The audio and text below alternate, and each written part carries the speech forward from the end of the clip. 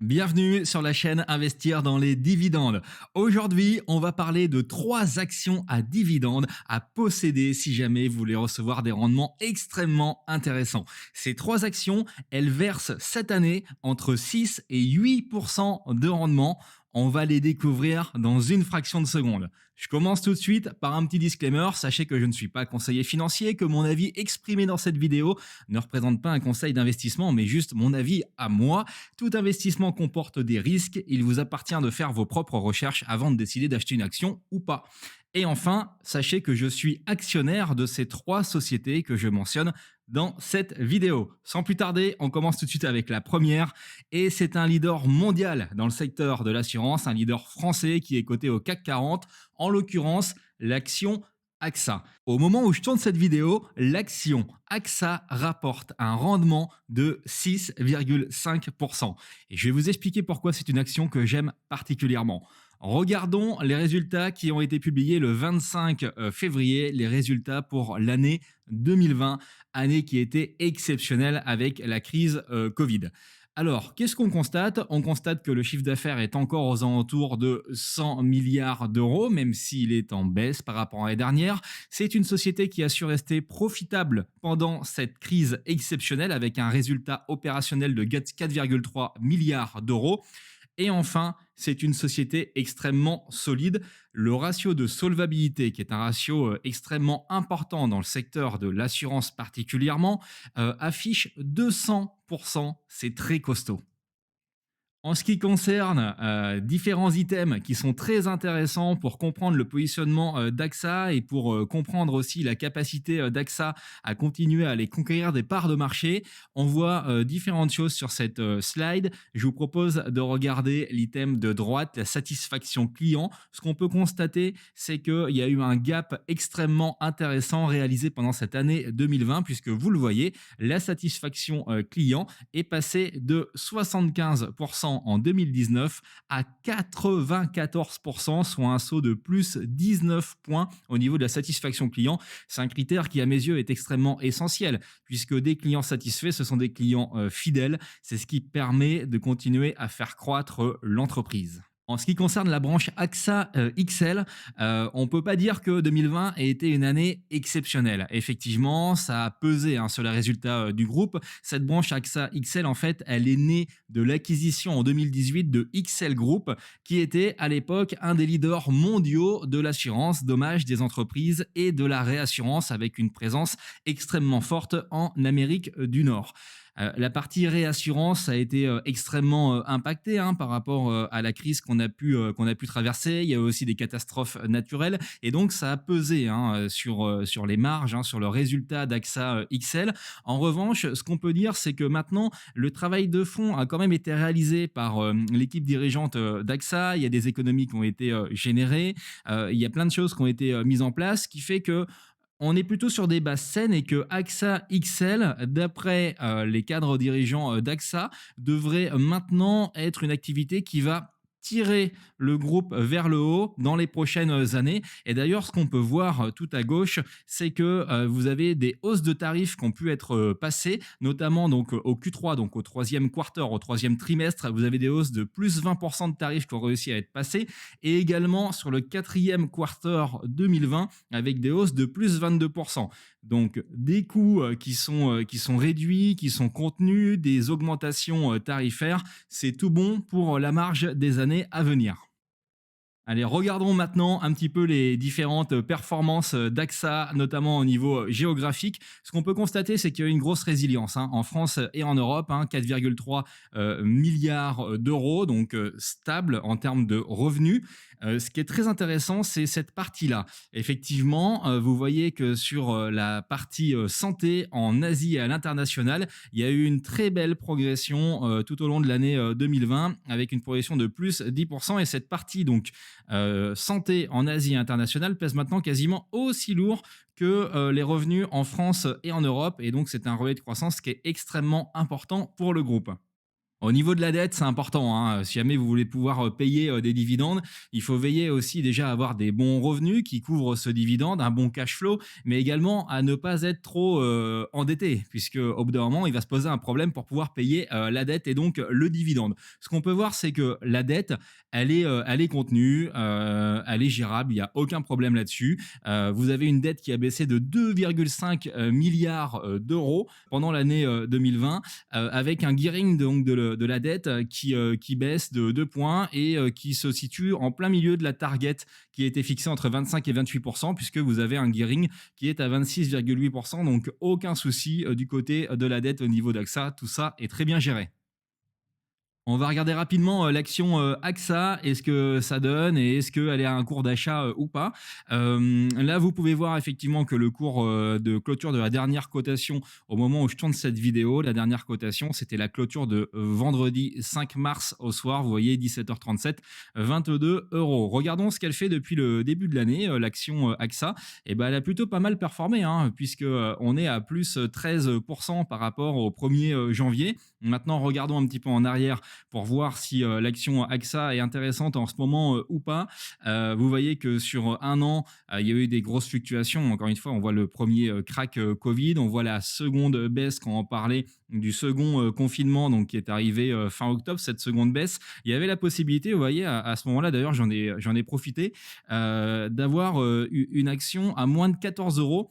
Et quand vous l'achetez à moins de 14 euros par rapport au dividende qui a été annoncé, ça fait un rendement sur votre coût d'acquisition de plus de 10%, donc c'est extrêmement intéressant. Maintenant, prenons un petit peu de recul sur les 5 dernières années. On peut constater que juste avant le crack Covid, elle cotait 25,46 euros. On voit qu'elle est toujours en baisse, donc de 13,59% par rapport à son niveau juste avant le crack Covid. Donc vous voyez, il y a régulièrement, en fait, si on se recule un petit peu, il y a régulièrement en fait des creux hein, qui arrivent sur l'action. Donc aujourd'hui, moi, ce que je pense, c'est que 22 euros, c'est pas un mauvais prix pour pouvoir l'acquérir, mais peut-être que dans des creux de marché, vous pouvez, vous voyez, elle passe régulièrement sous la barre des 20 euros, même sous la barre des 19 euros. Il y a sûrement la possibilité de pouvoir l'acheter sous la barre des 19 euros. Maintenant, c'est impossible de savoir timer le marché, donc peut-être que ça arrivera dans quelques jours ou quelques semaines, peut-être dans quelques mois, on ne sait pas. En tout cas, si on regarde le rendement que ça peut générer aujourd'hui, rien qu'avec le prix de 22 euros, vous allez avoir un rendement qui est quand même particulièrement intéressant. Et oui, rendement intéressant puisque le dividende qui est proposé et qui sera soumis au vote des actionnaires à l'Assemblée générale, il est de 1,43 euros. Et donc, à ce prix de 22 euros, le dividende vous rapportera 6,5% de rendement brut. On passe à la deuxième action, et la deuxième action n'est autre que le géant des télécoms, Orange. Là encore, action cotée au CAC 40. Alors, ce que je ne vous ai pas dit au début de la vidéo, c'est que la troisième action, c'est une entreprise qui n'est pas extrêmement connue, mais qui gagne à l'être. C'est une petite surprise que je vous réserve. Il n'y a pas énormément de personnes qui connaissent cette action, qui l'achètent, mais honnêtement, elle est intéressante et je peux même vous dire que c'est une foncière. Vous savez que les foncières, normalement, ne sont pas éligibles au PEA. Et pour le coup, cette action est une foncière qui est éligible au PEA, donc au niveau fiscal pour vos dividendes, ça va être très très bon. On en parle juste après l'action Orange, et donc l'action Orange qui au cours actuel offre un rendement de 8,1%. Alors, on va regarder les principaux messages qui ont été véhiculés par le management à l'occasion de la présentation des résultats 2020. Ce qu'ils ont tenu à souligner, c'est l'excellente performance commerciale. Il y a eu des records de ventes net au niveau de la fibre. Vous avez un chiffre d'affaires qui a été extrêmement résilient dans un contexte, encore une fois, Covid qui était compliqué. Cette performance, elle est très satisfaisante et particulièrement soutenue par une belle performance de MEA. MEA, c'est quoi? C'est la zone Moyen-Orient-Afrique qui est un vrai relais de croissance pour le groupe Orange et on en reparlera juste après dans la vidéo, un peu plus tard. Et la performance a été jugée robuste en France. Vous avez la partie cloud et cyberdéfense aussi qui a bien performé, qui a affiché une très belle reprise. Et oui, il faut savoir que Orange est le leader européen de la cybersécurité. Vous avez également les infrastructures où ça y est, Orange commence à monétiser ces infrastructures pour pouvoir créer un maximum de valeur pour les actionnaires, pour l'entreprise. Donc vous avez la partie Orange concession en France, on y reviendra juste après. Mais vous avez 50% qui ont été vendus et Orange garde les 50 autres pourcents. Et puis vous avez une TowerCo, donc les tours télécom. Vous avez une entreprise qui a été créée au niveau d'Orange et on va en reparler juste après. Tous les objectifs financiers ont été atteints, y compris donc la croissance du cash flow organique. Vous savez que le cash flow, c'est extrêmement important, notamment pour pouvoir payer le dividende. Le cash flow est ressorti en 2020 à 2,5 milliards d'euros contre un objectif initial qui était à 2,3 milliards. Donc, si on regarde plus en détail les principales réalisations 2020 communiquées par le management d'Orange, ce qu'on peut voir, c'est que la fibre dont on vient de parler se porte effectivement très bien avec une croissance du parc abonné de plus 24%. Donc, ça, c'est extrêmement positif pour la suite des choses. En France, il y a eu différents éléments positifs et notamment le fait que Orange est encore une fois pour la 10e année consécutive le meilleur réseau mobile. Au niveau de la partie entreprise, ça s'est très bien passé avec une croissance particulièrement solide au 4e trimestre. La 5G a été lancée cette année. Le lancement est jugé réussi. Ça a été lancé dans 5 pays européens. En ce qui concerne l'Europe, vous avez l'acquisition de Telecom Romania, donc en Roumanie, qui est en cours. Et ce qu'il faut noter quand même, c'est que l'Espagne a souffert. L'Espagne a tiré les résultats vers le bas d'Orange en 2020. Et donc, il y a une nouvelle organisation qui est en place pour pouvoir générer du retour à la croissance dans les années à venir. En ce qui concerne l'Afrique, vous voyez en bas à droite, plus de 350 000 clients d'Orange Bank en Afrique en 5 mois. Donc ça, c'est un élément de croissance pour l'avenir qui est extrêmement intéressant. Ce qu'on constate avec la partie Orange Concession, c'est que ça y est, Orange s'est décidé à monétiser les actifs, les infrastructures qu'il possède. Ce qui est très intéressant là-dessus, c'est qu'il y a eu un partenariat 50-50 qui a été monté, donc qui a permis de rentrer du cash au niveau de la fibre dans les zones rurales françaises. C'est un partenariat donc moitié-moitié, avec quand même une option d'achat à long terme d'une part supplémentaire d'1% des actions, ce qui permettrait à Orange de rester patron chez lui s'il le décide. Je trouve que cette façon de faire est extrêmement intéressante plutôt que de revendre la totalité et puis d'après d'être tributaire de son nouveau partenaire. Ce qu'on peut constater au T4 en Afrique et au Moyen-Orient, c'est que la performance a été excellente. Le critère qui est historiquement retenu par le groupe, c'est l'EBITDAL. L'EBITDAL en Afrique et au Moyen-Orient sur l'année 2020 a été de 33,7%, quand en Europe, cette même EBITDAL a plafonné à 27,7%. Donc on voit que l'Afrique et le Moyen-Orient, qui est un relais de croissance extrêmement important pour le groupe et en plus extrêmement profitable, en tout cas plus profitable que la partie historique en Europe, et c'est quelque chose d'extrêmement positif pour les années à venir. Donc pour résumer la performance financière en 2020 d'Orange, ce qu'on peut constater, c'est que le chiffre d'affaires a été en légère croissance à plus de 42 milliards, le fameux cash flow organique extrêmement intéressant en progression à 2,5 milliards d'euros, et puis vous avez un dividende qui est proposé cette année, un dividende normal de 70 centimes, plus un dividende exceptionnel, mais ça on va en reparler juste après.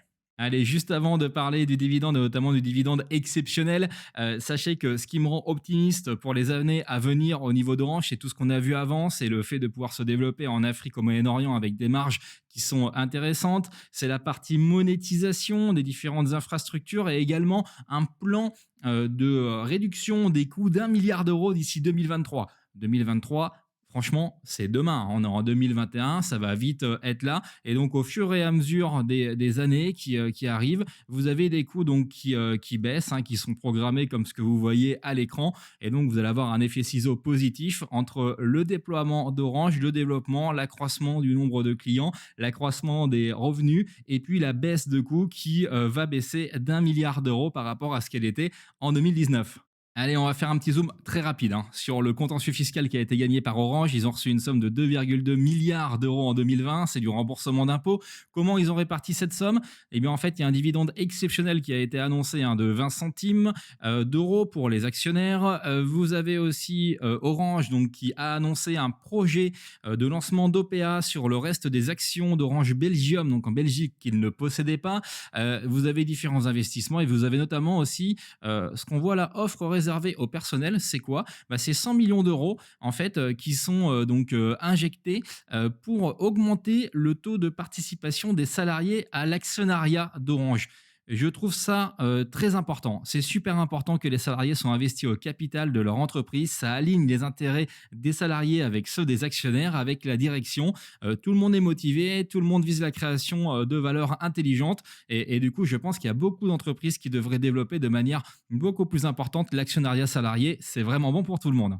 On continue avec les objectifs 2021 qui ont été dévoilés par la direction. On voit que l'EBITDAL est censé être stable négatif, donc à peu près stable en très légère décroissance. Le cash flow organique est prévu à plus de 2,2 milliards d'euros et d'ores et déjà, ils ont annoncé leur attention donc pour l'année 2021, donc c'est-à-dire le dividende qui sera versé en 2022, l'année prochaine, leur intention de verser un dividende stable à 70 centimes d'euros.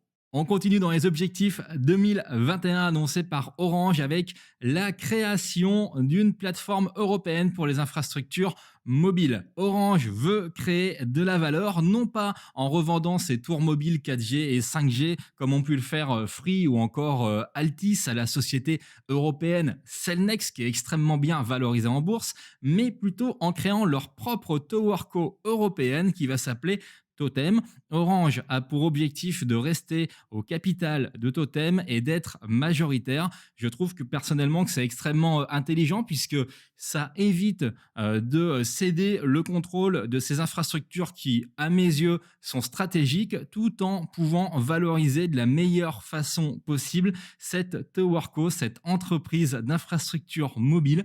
Il y a plein de choses qui sont prévues. Donc la TowerCo, elle a été créée. Vous avez, comme vous le voyez ici, une équipe de direction qui sera propre, qui sera nommée. Donc, ce sera vraiment une entreprise dans l'entreprise Orange. Et du coup, vous allez avoir potentiellement différentes infrastructures mobiles dans d'autres pays où Orange est implanté qui pourraient être transférées vers cette TowerCo Totem.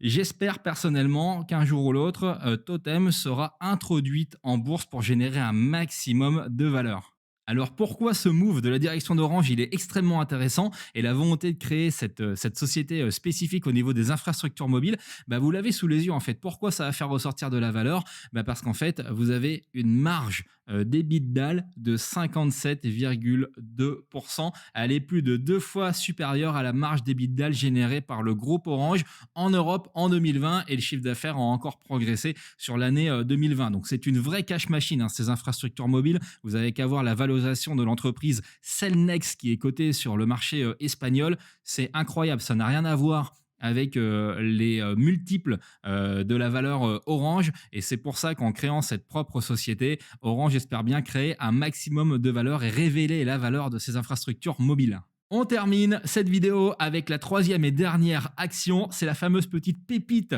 méconnue dont je vous ai parlé il y a quelques minutes. C'est l'entreprise CBO Territoria. CBO Territoria, on va découvrir cette entreprise. Elle est basée sur l'île de la Réunion. Elle a un patrimoine foncier unique. Et en ce moment, à son cours actuel de 3,60 euros, elle génère un rendement de 6,1%. CBO Territoria, c'est un spin-off. Elle est issue du groupe Bourbon qui, sur l'île de la Réunion, détenait un patrimoine de 3600 hectares autour de ses usines. En 2004, vous avez le patron du groupe Bourbon qui a décidé d'apporter ses actifs fonciers dans une société pour créer un pure player, un spécialiste donc de l'immobilier, en l'occurrence CBO Territoria. Cette entreprise, elle a été créée en 2004 donc et elle a été introduite en bourse sur le marché non réglementé d'Alternext en mai 2005 et elle a ensuite, avec son développement, été transférée sur un marché réglementé en décembre 2011. On continue dans la découverte de CBO Territoria. C'est une société, comme je le disais juste avant, qui est originaire de l'île de la Réunion et elle possède un patrimoine exceptionnel. Elle possède une réserve de plus de 3000 hectares de terre sur l'île de la Réunion. C'est la principale richesse de cette société qui est aménageur, promoteur et qui est aussi foncière. Le cœur de métier donc de CBO Territoria, quand on regarde de manière très concrète, bah, elle gère ses terrains, elle les aménage pour faire en sorte que ce patrimoine exceptionnel devienne progressivement constructible. Ensuite, elle développe différentes opérations immobilières pour son compte propre et pour le compte aussi d'acquéreur. Et elle assure également la gestion immobilière de ses actifs patrimoniaux et également de tiers qui font appel à elle pour gérer leurs actifs. Au niveau de la visibilité commerciale, donc il y a deux marques. Vous avez CBO Habitat qui gère l'immobilier résidentiel, mais petit à petit, CBO est en train de se retirer de l'immobilier résidentiel pour pouvoir accélérer de plus en plus sur la partie CBO entreprise qui est dédiée à l'immobilier professionnel. Au niveau de la stratégie de CBO Territoria, elle est assez simple, hein. CBO s'appuie sur la promotion immobilière pour pouvoir générer un maximum de cash et après investir et développer dans l'activité de la foncière qui d'ores et déjà a un solide patrimoine locatif qui est très rentable et qui est de plus en plus axé, comme je vous le disais, sur l'immobilier professionnel. On fait maintenant un zoom sur un critère extrêmement important pour une entreprise foncière, c'est l'actif net réévalué. Alors, qu'est-ce que c'est l'actif net réévalué et à quoi ça sert? Eh bien, en fait, l'actif net réévalué, ça sert à valoriser une foncière. On prend en compte la valeur de tous les biens immobiliers possédés par l'entreprise, on rajoute la trésorerie que possède cette entreprise et on retranche les dettes et ça permet d'obtenir la valeur de l'actif net.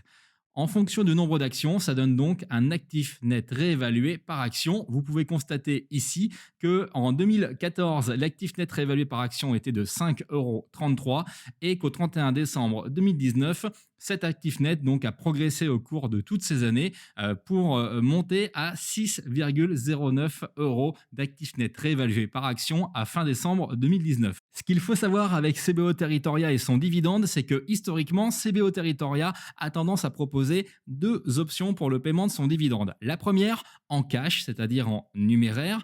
Il vous propose de recevoir de l'argent directement dans votre PEA ou dans votre compte titre. La deuxième option, c'est d'être payé en actions nouvelles de l'entreprise. Alors, cette façon de procéder, elle a des avantages et des inconvénients. Du côté des avantages pour les actionnaires, c'est que si jamais vous aviez l'intention avec cet argent perçu de racheter des nouvelles actions Territoria pour vous renforcer au capital de l'entreprise, pour vous c'est tout bénef parce que non seulement vous n'avez pas payé de nouveaux frais de courtage, les frais de courtage sont pris en charge par l'entreprise, mais en plus vous avez souvent une décote sur le prix de l'action qui vous est proposée, donc vous achetez vos actions moins chères que ce qu'elle cote sur le marché. Ça, c'est les avantages pour les actionnaires. Pour l'entreprise, ça permet de sauvegarder du cash et de pouvoir investir dans des nouveaux projets au lieu de juste sortir du cash pour payer un dividende en numéraire. Dans les inconvénients, c'est que ça augmente le nombre d'actions en circulation de l'entreprise. Et donc, comme on a vu juste avant que l'actif net réévalué par action dépend d'un côté de l'actif net, donc du patrimoine, mais également par action est divisé par le nombre d'actions, mécaniquement, quand vous créez des nouvelles actions avec ce dividende, ça va venir faire baisser l'actif net réévalué si le patrimoine ne croît pas au cours des années. Vous voyez, au niveau de l'ANR, l'actif net réévalué, donc ça a été sorti, me semble-t-il, ce mois de septembre, c'était les semestriels de 2020, du premier semestre. Ce qu'on peut constater, on était donc à 6,09 par action. Là, ce qu'on peut constater, c'est que l'actif net réévalué par action a diminué à 5,74 €. Donc, c'est un élément quand même à prendre en compte quand vous investissez dans CBO Territoria. Comme vous le savez maintenant, CBO Territoria est implanté historiquement sur l'île de la Réunion et possède un riche patrimoine foncier extrêmement précieux. Ça en fait vraiment une force de cette entreprise. C'est une force, mais c'est également une faiblesse puisque CBO Territoria dépend quasiment exclusivement d'un seul territoire géographique et comme vous le savez, que ce soit pour une foncière ou pour n'importe quelle entreprise, c'est risqué de dépendre d'un seul territoire géographique, ça fait peser un risque sur l'entreprise. Il est important de pouvoir se diversifier, notamment donc géographiquement. CBO Territoria en a bien conscience puisque ça fait quelques années que la foncière a commencé à se développer non loin de l'île de la Réunion sur l'île de Mayotte. Et donc, ils ont annoncé la fin décembre un nouvel investissement à Mayotte dans un projet de centre commercial, mais aussi et surtout pour la première fois de l'histoire de CBO Territoria, ils ont annoncé leur implantation en métropole avec l'acquisition de bureaux au nord de Paris. Ils ont acquis un ensemble immobilier de 5000 mètres carrés, avec surtout, ce qui est très important, un taux d'occupation de ces bureaux de 100%. Il y a 5 locataires qu'ils jugent de qualité dans des secteurs qui sont résilients: la logistique, la finance, l'industrie, les RH. Donc ça y est, CBO Territoria commence à sortir de l'île de la Réunion et de Mayotte pour s'implanter en métropole, et je juge personnellement que c'est un move stratégique extrêmement positif. Au niveau des dividendes, on voit l'historique de versement depuis 2014, avec un dividende qui a commencé à 13 centimes par action. En 2019, vous avez un dividende de 22 centimes par action qui a été versé, et en 2020, le dividende a même continué à augmenter à 0,23 euros par action. Donc vous avez 23 centimes d'euros par action. Au cours actuel de l'entreprise, ça représente un dividende, alors sans compter les frais de courtage, mais de 6,3%. Donc l'action cote 3,60 au moment où je vous parle, au moment où j'ai réalisé cette vidéo, et donc vous avez un rendement de 6,3%. Donc vous voyez que les petits problèmes dont j'ai parlé juste avant sur le nombre d'actions qui évolue d'année en année, qui augmente et donc qui vient un petit peu dégrader l'actif net réévalué par action, en ce qui concerne le dividende, pour le moment, jusqu'à présent, ça n'a pas impacté le dividende et il continue de croître. Le petit bonus qui va bien avec CBO Territoria, c'est qu'en plus d'être drivé par un dirigeant de qualité et de bénéficier de perspectives de développement encore extrêmement intéressantes, eh bien CBO Territoria a choisi de ne pas aller sur le statut fiscal particulier réservé aux foncières. En effet, contrairement à Unibail Rodamco Westfield, Clépierre, Covivio, ICAD ou encore Gessina, CBO Territoria est donc par conséquence, avec ce choix-là, encore éligible au compte PEA et au compte PEA-PME. Alors, quand vous recherchez des dividendes, comme moi, eh ben, c'est extrêmement important. Pourquoi? Puisque quand vous êtes sur un compte titre et si vous êtes au PFU, c'est-à-dire au prélèvement forfaitaire unique de 30%, eh bien, quand une entreprise vous verse 100 euros de dividendes, eh bien, vous avez 30% qui vous sont retirés immédiatement, donc vous ne touchez que 70 euros de dividendes. Donc, ces 30 euros que vous perdez qui vont dans les poches de l'État, bah, c'est 30 euros que vous n'avez pas et que vous ne pouvez pas réinvestir pendant quelques années pour qu'elle puisse à nouveau, cette somme-là, vous générer plus d'intérêts, plus de dividendes. Tandis que quand vous êtes dans le PEA ou dans le cadre du PEA-PME, CBO Territoria est éligible à ces deux enveloppes, et bien quand CBO Territoria va vous verser 100 euros de dividendes, vous toucherez réellement 100 euros de dividendes. Il n'y a que quand vous déciderez de retirer cet argent de cette enveloppe fiscale que là, vous aurez les prélèvements sociaux de 17,2% qui seront éligibles. Mais pour le coup, pendant ce temps-là, pendant des années, si vous décidez pendant 8 ans, 10 ans, 15 ans de ne pas retirer cet argent de votre compte PEA ou du PEA-PME, eh bien pour le coup, vous allez pouvoir réinvestir 100% des dividendes versés par CBO Territoria et ces dividendes vont vous générer à nouveau des intérêts, des nouveaux dividendes, etc. C'est le fameux effet boule de neige des intérêts composés. Voilà, c'est tout pour ces 3 actions. J'espère que la vidéo vous a plu. Si c'est le cas, n'hésitez pas à mettre un like sous cette vidéo, à vous abonner, à commenter. Merci beaucoup de l'avoir regardé jusqu'au bout et je vous dis à très vite pour des nouvelles vidéos sur des actions à dividendes. Ciao!